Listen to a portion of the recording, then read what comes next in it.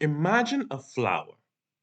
Think about its type, its size, color, and the number of petals.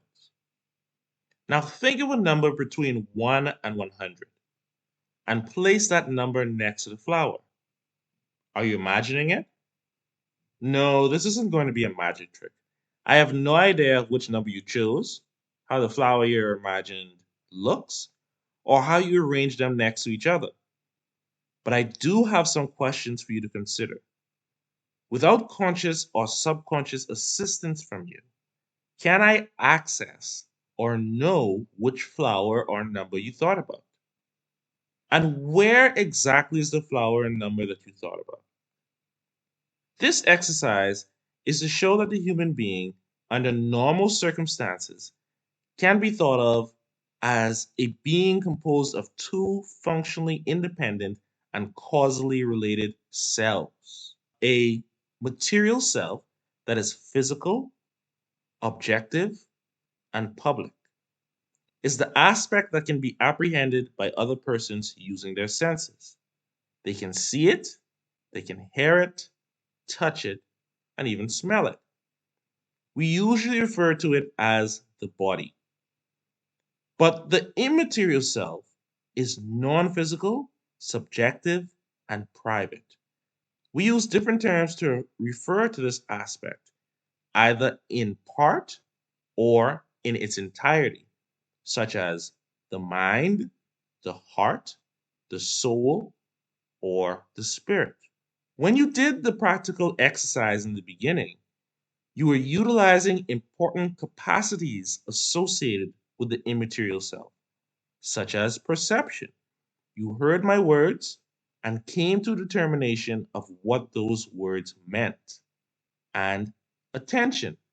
There's a million billion things that are vying for your focus, and you've blocked out most of those things. And this video is one of the handful of things that you're at least partially concentrating on. And you had a choice in the matter. You felt to engage in the exercise or felt not to engage and do something else. Then you acted on that desire, either consciously or subconsciously, deciding to engage in the exercise and actively choosing which flower and number you would include. In order to do this, you had to think about and utilize the concept of a flower and the concept of a number, as well as use your imagination to envision both of them. You probably use your memory to think about previous flowers that you've seen or numbers that you've heard about. And as this video progressed, you may have noticed that you felt some type of way about it. Maybe you're interested, disinterested, indifferent, or excited to see what's next. Lastly, at the end of this video, you would have hopefully learned something new. Those 8 processes are interactive, modifying one another, and mutually functioning with the body in order to facilitate observation, self reflection, and self determination. The reason I stress this point is because the Apostle Paul alludes to the immaterial self as the arena where the influences discussed in the previous video exert their effects. When discussing his own ministry's challenges, he says in 2 Corinthians 10:3-5, "For though we walk in the flesh, we are not waging war according to the flesh. For the weapons of our warfare are not of the flesh, but have divine power to destroy strongholds.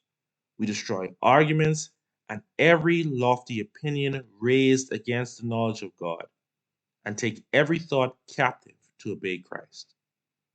You'll first notice that the imagery of war or battle is appealed to once more, just as it was in Ephesians 6:12-20.